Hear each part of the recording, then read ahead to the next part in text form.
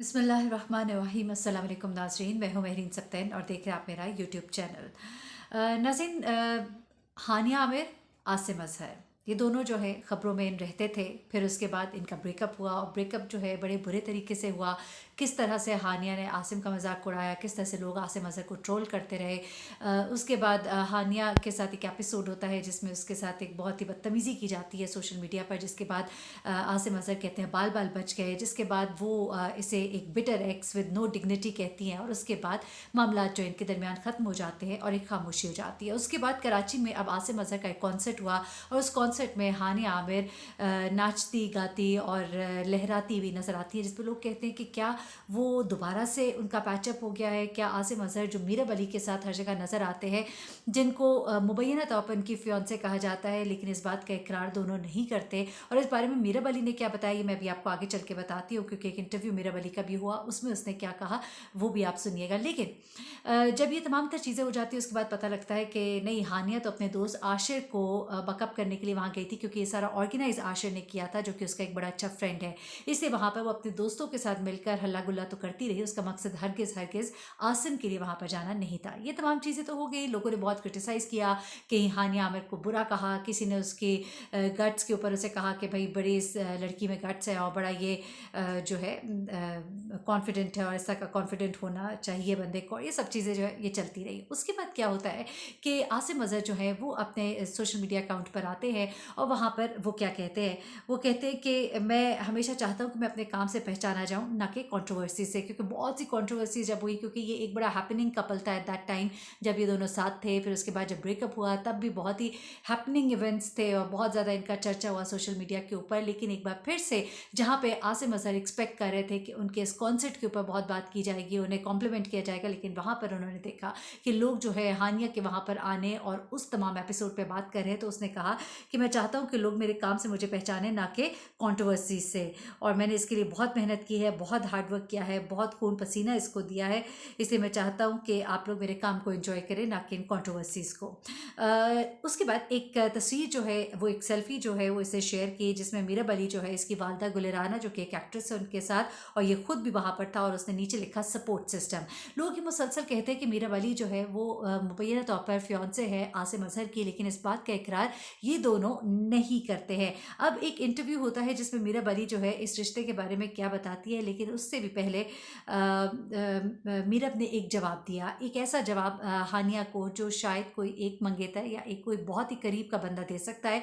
वो क्या था, आपको याद होगा कि हानिया ने जब आखिरी जो इनकी लड़ाई हुई, जिसके बाद इसने कहा you can either be a bitter ex with no dignity, यानी कि आप एक बिटर एक्स हो सकते हैं जिसकी कोई डिग्निटी, कोई इज्जत नहीं है।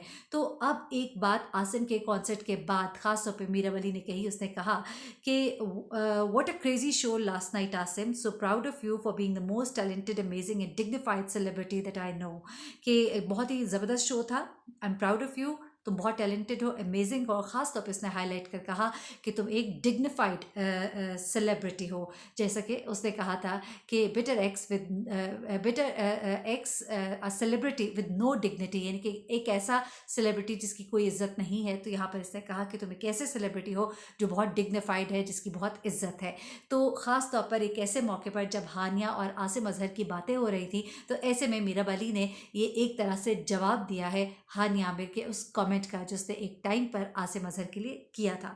अब उसके बाद मीरब जो है वो एक शो में जाती है और वहाँ पर उससे जब बातें की जाती है, उसे पूछा जाता है कि आसिम अज़हर के बारे में आप क्या कहेंगे, आप दोनों के बारे में ये बातें की जाती है। तो उसने कहा कि लोग आसिम को तो मेरा स्टेप ब्रदर भी कहते हैं, लोग ये कहते हैं कि शायद मेरे जो हमारे पेरेंट्स हैं उनका कि आपस में कोई रिश्ता है और हम सौतेले बहन भाई हैं, लेकिन हम कोई भी स्टेप सिबलिंग्स नहीं है, ना ही हम दोनों कोई कज़न्स हैं, और मुझे नहीं मालूम कि लोग इस तरह की बातें क्यों करते हैं। फिर उसने पूछा जब मज़ीद के फिर क्या है, तो उसने कहा कि हम लोग ग्रेट फैमिली फ्रेंड्स हैं और हम एक दूसरे को बचपन से जानते हैं, मेरा भाई जो है इसका बेस्ट फ्रेंड है। लेकिन जब होस्ट ने ये सवाल किया मीरब से कि शादी के बारे में क्या इरादा है, और फिर ज़ाहिर सी बात है उसका सवाल जो है वो कुछ पॉइंट कर रहा था आसिम अजहर की तरफ, तो वहाँ पर उसने बात को फ़ौरन ही गोल कर दिया और हंसते हुए कहा कि इजाज़त लेते हैं, और शो से साइन ऑफ कर दिया। यानी कि वो नहीं चाहती थी कि इस बात को अभी खोल कर बयान करे, लेकिन मामला कुछ कुछ ऐसा ही लगता है। जनाब अली, अगली खबर की तरफ चलते हैं, वो है ताबिश हाशमी के हवाले से। ताबिश हाशमी को शो टीवीएच के हवाले से हर कोई जानता है और बड़ा ही ज़बरदस्त एक शो है, मैं खुद इस शो को देखती हूँ और विटी शो है। और इस शो के अंदर ठीक है जैसे गेस्ट आते हैं, मैंने देखा है कि ताबिश हाशमी जो है इस शो में हर आने वाले गेस्ट के साथ उसके कैलिबर के मुताबिक और उसकी अपनी एक जो पर्सनालिटी उसके मुताबिक तंज़ो मजाक करता है। उसमें बहुत से लोग ऐसे आते हैं जो बहुत बोल्ड होते हैं, उनके साथ कुछ बोल्ड हंसी मजाक भी हो जाता है। एक दो बार इन्होंने जब जावेद शेख को बुलाया तो एक ऐसा मजाक किया जिसके ऊपर तनकीद भी हुई बहुत ज़्यादा, मैंने भी एक प्रोग्राम किया। उसके बाद मतीरा के साथ एक शो हुआ, उसमें बहुत ही जुबानी जुमले थे जिन्हें आप कहीं नहीं कह सकते कि वो एक ऐसा शो होगा जिसमें आप अपनी फैमिली के साथ बैठकर देख सकते हैं। जब शो के होस्ट ने सवाल किया ताबिश हाशमी से कि ये जो आपका शो, अच्छा मैं पहले इस शो के बारे में बताऊँ, ये बेसिकली अजफर अली जो है ये उनकी एक वेब शो है, नाशपाती प्राइम है, वहाँ पर ये शो कर रहे हैं और ये बेसिकली कनाडा बेस्ड है, लेकिन ये इस शो की वजह से बहुत पॉपुलर हुए हैं। पहले स्टैंड अप कॉमेडीज़ करते थे लेकिन इतने पॉपुलर नहीं थे, लेकिन अपना जो फिल बदी एक जो इनका विट है और जो इनका तंज़ मिज़ा है वो इस कदर हिट हुआ इस प्रोग्राम के बाद कि बहुत ही पॉपुलर हो गया और हर एज ग्रुप का बंदा इनको देखता है। तो वहाँ पर इससे सवाल किया गया कि आपके शो के बारे में ये कहा जाता है कि ये एक फैमिली शो नहीं है। तो इस पर ताबिश ने कहा कि मुझे नहीं मालूम कि लोग इस तरह की बातें कैसे कहते हैं। वो लोग जिन्होंने शायद इस शो को मुकम्मल तौर पे देखा ही नहीं, क्योंकि इसकी कोई तकरीबन 43 एपिसोड्स हैं जिनमें से अभी आधी शायद एयर हुई हैं, तो वो कहते हैं कि शो में कोई एक दो चीज़ें पकड़ कर कोई कमेंट कर देना वो मतलब नहीं बनता कि ये फैमिली शो नहीं है। मेरे जो ऑडियंस है उसमें बच्चे जवान भी हैं, बूढ़े भी हैं, आंटियां हैं, ख़वातीन हैं। वो कहते हैं कि आंटियां मुझे कहती हैं कि हम तुम्हारी वजह से डिप्रेशन से निकल आते हैं। तो ये एक ऐसा ऐसा शो है जो हर एज ग्रुप का बंदा तो देखता है, लेकिन ये बाय चॉइस है। ये कोई ऐसा प्रोग्राम नहीं है जो आपकी टीवी पर चलता है या आपके यूट्यूब पे चलता है, आपके फ़ोन पे चलता है। जो चाहे इसको देखे, बाय चॉइस देखे। तो आप इसे फैमिली शो चाहे ना भी कहें, लेकिन ये शो वो है जो बाय चॉइस देखा जाता है। और इसको अगर आप ये कहें कि ये कोई बहुत ही वल्गर शो, ऐसा नहीं है।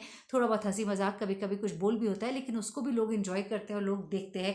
ये ताबिश का एक अपना कमेंट है। मेरा अपना पॉइंट ऑफ व्यू ये है कि एक हंसी मजाक का एक ऐसा प्रोग्राम है जिसमें अगर गेस्ट जो है अगर वो कोई जुबानी बात करे और अगर उसको होस्ट प्रमोट करे तो ठीक है, थोड़ा सा ख्याल रखना चाहिए, लेकिन थोड़ा सा इजी ले। सोशल मीडिया के ऊपर हमारे जो यूजर्स हैं वो बहुत ही ज़्यादा एक तो उस चीज़ को देखते भी हैं। मज़े की बात यह है कि मेरे भी कई प्रोग्राम्स जो मैं शोबिस के ऊपर अगर करती हूँ तो उसमें पहले तो वो थंबनेल पढ़ के उसको देखते भी हैं, देखने के बाद नीचे कमेंट करते हैं कि आपने यूँ क्यों कहा, आपने ये क्या किया, आप क्यों इस तरह की बात कर रही हैं।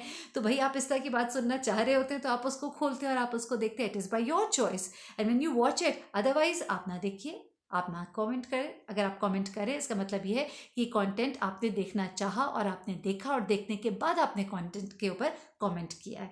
अगली खबर की तरफ आती हूँ। ताबिश हाशमी के बाद अगली खबर जो है वो मैं मेरे दिल के बड़ी करीब है। ये खबर अनूश अशरफ के हवाले से है। अनूश अशरफ जो है बेसिकली उन्होंने एक इवेंट जो है अपनी ज़िंदगी का हैपनिंग जो है वो उन्होंने शेयर की, और वो मैं समझती हूँ कि बहुत ज़रूरी है इस वक्त लड़कियों को भी बताना और लोगों को भी बताना, ख़ासतौर पे वो लड़कियां जो किसी भी इन्वायरमेंट में काम करती हैं। एक जेंटलमैन जो बिहेवियर है वो मैं ज़रा आप जो मर्द हज़रात हैं जो देख रहे हैं इसको, उनको मैं बताना चाहूँगी कि देखिए हर जगह का एक इन्वायरमेंट है। अब बहुत से लोग ऐसे हैं जो कहेंगे कि इस्लाम ये सिखाता है, बिल्कुल इस्लाम सिखाता है मर्दों को किस तरह से औरतों से बात करनी है या जो भी तरीके हैं, लेकिन कुछ ऐसे इन्वायरमेंट है, कॉर्पोरेट सेक्टर्स है जहाँ पे लोग बहुत एक दूसरे के साथ घुल मिल के होते हैं, बहुत फ्रैंकनेस होती है। लेकिन कोई भी बंदा अगर कोई मॉड ड्रेसिंग में नज़र आता है आपको, उसका मतलब ये नहीं होता कि आप उसके साथ हाथ मिला सकते हैं या आप उसके साथ बड़े क्लोजली खड़े हो सकते हैं या आप उसके कमर में हाथ डाल के तस्वीरें खिंचवा सकते हैं। ऐसा हरगिज़ नहीं है। इवन बहुत मॉडर्न सी मॉडर्न ख़वातीन को भी हमेशा यही होता है कि अगर हम हाथ आगे करें तो दूसरा हाथ मिलाए, वरना हाथ ना मिलाया जाए। तो ये एक जेंटलमैन बिहेवियर है कि आप कभी भी किसी की तरफ आगे हाथ ना कीजिए अनलेस कोई अगर दूसरी तरफ से कोई सलाम दुआ का एक अंदाज़ एक ऐसा होता है, और अगर आपको भी नहीं पसंद तो आप भी आगे से नमस्ते कर दीजिए। लेकिन किसी की पर्सनल स्पेस के अंदर इंट्रूड नहीं करना चाहिए। इस बात का जिक्र उन्होंने किया कि एक इवेंट था और इस इवेंट में बहुत से लोग थे और एक बड़ा इवेंट था। वहाँ पर एक उनके कोवर्कर है, उन्होंने जब सेल्फी खिंचवानी थी तो उन्होंने इनकी कमर में हाथ डाला, जिसको कि उन्होंने हरगिज़ पसंद नहीं किया। लेकिन चूंकि वहाँ पे बहुत से लोग थे, उन्होंने कहा कि एक ड्रामा सीन ना क्रिएट हो जाए। वो इस बात पर खामोश रही, लेकिन उन्होंने इस पर एक खामोश एहतजाज जो है वो अपने सोशल मीडिया के थ्रू रिकॉर्ड कराया कि आप you just a co-worker not a friend. ठीक है, हो सकता है उनकी स्पेस में फ्रेंड्स के साथ वो इतना क्लोजली शायद खड़े हो सकते हो, हमारे उसमें हम फ्रेंड्स के साथ भी इतना क्लोज नहीं खड़े हो सकते, लेकिन किसी को इतना आप फ्रैंक भी ना हो और दूसरों की वाक़ईतन पर्सनल स्पेस में आप इंट्रूड ना करें। कोई कितना ही मॉडर्न क्यों ना दिखाई देता हो, उसकी एक अपनी लिमिटेशंस है और उसकी रिस्पेक्ट करें। तो ये चीज़ अनुशय ने जब शेयर की तो मैंने सोचा कि मैं आपके साथ ज़रूर शेयर करूँगी, क्योंकि ये एक ऐसा प्रॉब्लम है जो बहुत सी लड़कियां जो है फेस करती हैं एट वर्क प्लेस। तो वन शुड नो कि आप दूसरे को उसकी पर्सनल स्पेस में आप मत एंटर हो, अनलेस कोई आप लोग का एक बहुत ही कोई फ्रेंडशिप है या वो जो एक इन्वायरमेंट उन्होंने अगर खुद स्पेस दी हुई है।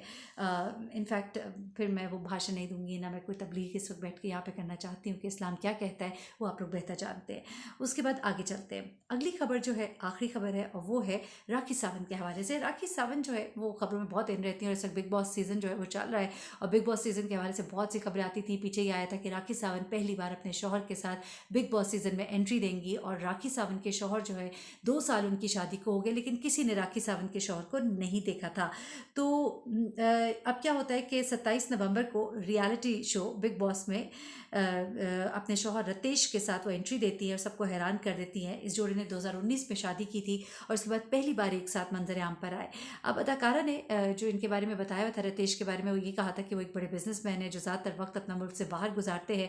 लेकिन अब बहुत सी चीज़ें सामने आई हैं और बड़ा भांडा फूटा है। वो भांडा क्या फूटा है जनाब, वो ये फूटा है कि जो इनके शौहर है उसके बारे में सोशल मीडिया पर ये खबरें गर्दिश कर रही हैं कि वो तो बहैसियत कैमरामैन जो है बिग बॉस में मुलाजिम है और ये एक बड़ा ही मशहूर ट्विटर अकाउंट है जिस पे कि ये तमाम बातें बताई गई हैं और उसमें ये कहा गया है कि ये कैमरामैन है रितेश बिग बॉस में। जिसके बाद लोगों ने कहा कि हाँ, देखने में तो कोई बड़ा बिजनेसमैन लगते भी नहीं थे, चलेंगे तो एक तरफ।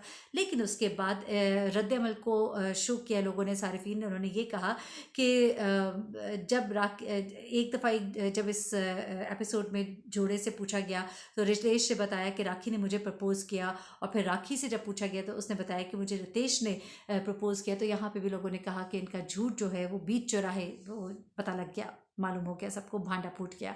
और उसके अलावा ये भी है कि मालूम हुआ है कि रितेश जो है वो सिंगल नहीं थे बल्कि पहले से शादीशुदा थे, उनके बच्चे भी थे। तो अब राखी सावंत के ऊपर बड़ा क्रिटिसाइज़ किया जा रहा है कि उन्होंने अपने जो मैरिटल रिलेशनशिप है और उसकी जो डिटेल्स हैं वो लोगों से हाइड की, ना सिर्फ हाइड की बल्कि उन्हें झूठ बताया। तो जनाब ये थी अब तक की खबरें। मुझे मेहरीन सप्ताह इनको इजाज़त दीजिएगा। अपनी दुआ में मुझे भी याद रखिएगा, अपना बहुत ख्याल रखिएगा। अल्लाह हाफ़िज़।